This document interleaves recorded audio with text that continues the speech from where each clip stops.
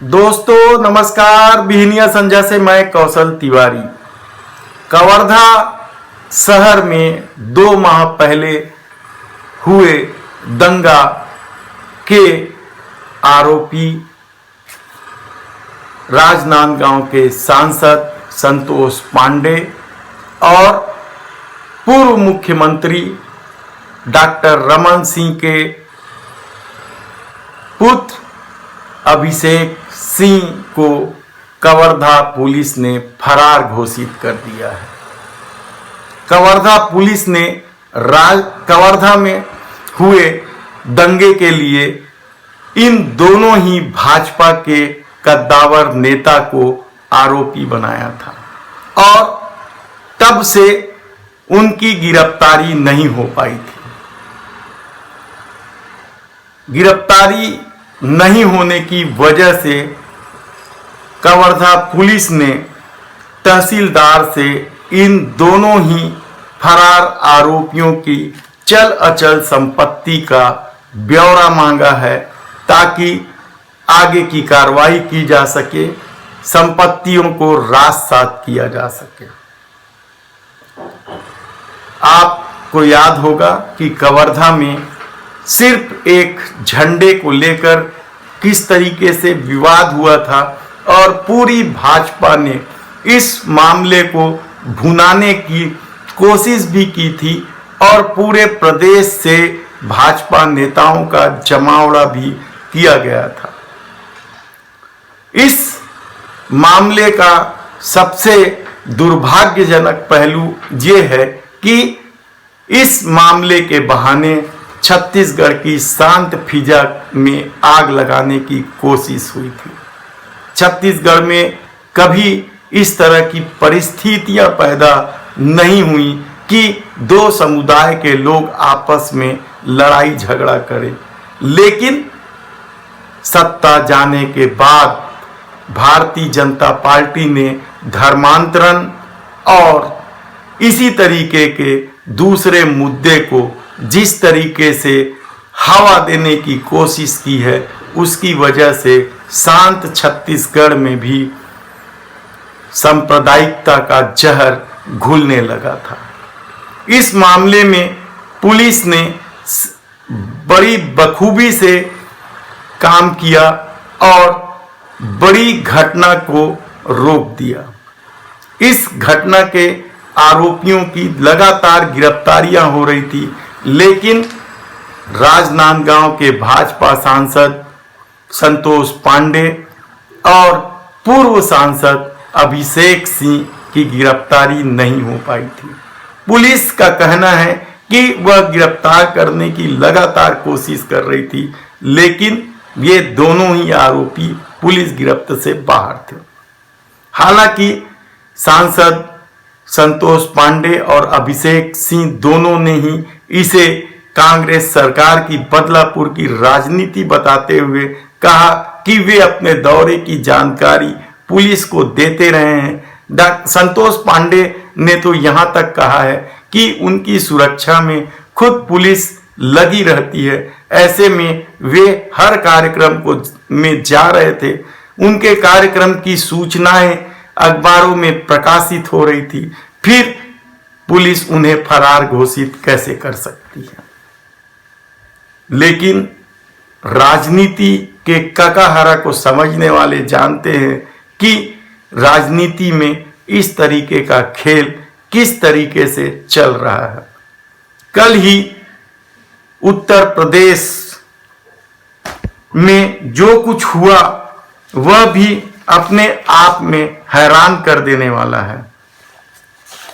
उत्तर प्रदेश में चुनाव का बिगुल फूंका जा चुका है और देश के गृह मंत्री कैराना पहुंच गए थे। कैराना का अर्थ है सांप्रदायिकता को हवा देना, लेकिन राजनीति जब अपने अनुकूल उन्हीं मुद्दों को पसंद करती हो तो फिर देश की चिंता, समाज की चिंता कौन करता है।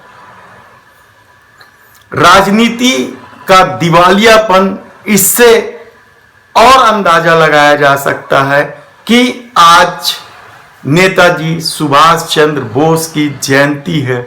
ये महान स्वतंत्रता संग्राम सेनानी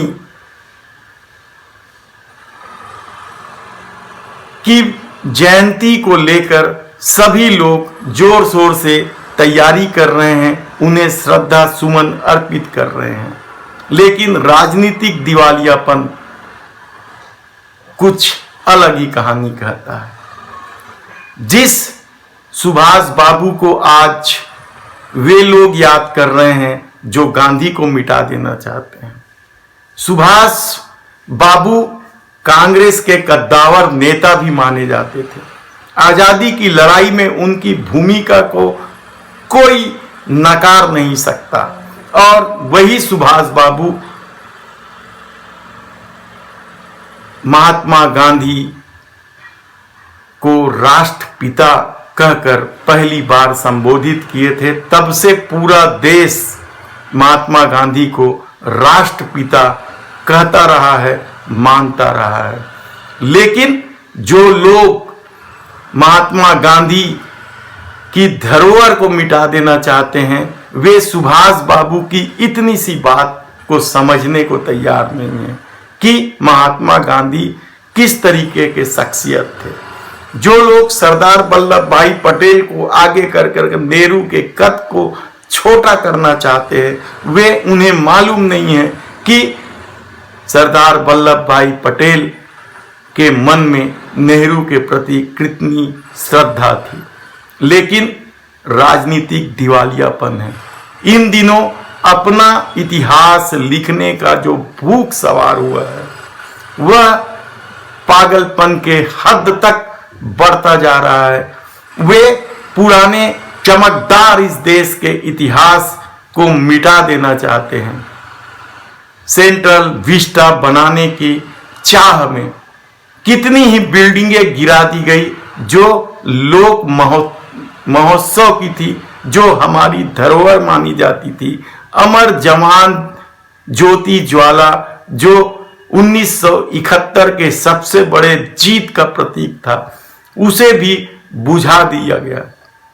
तब सवाल ये है कि क्या राजनीति इसी तरीके से चलेगी? इस देश की चिंता किसी को नहीं है। बढ़ती महंगाई और पेट्रोल डीजल में खून निचोड़ने वाला टैक्स क्या चुनाव का मुद्दा नहीं बनना चाहिए?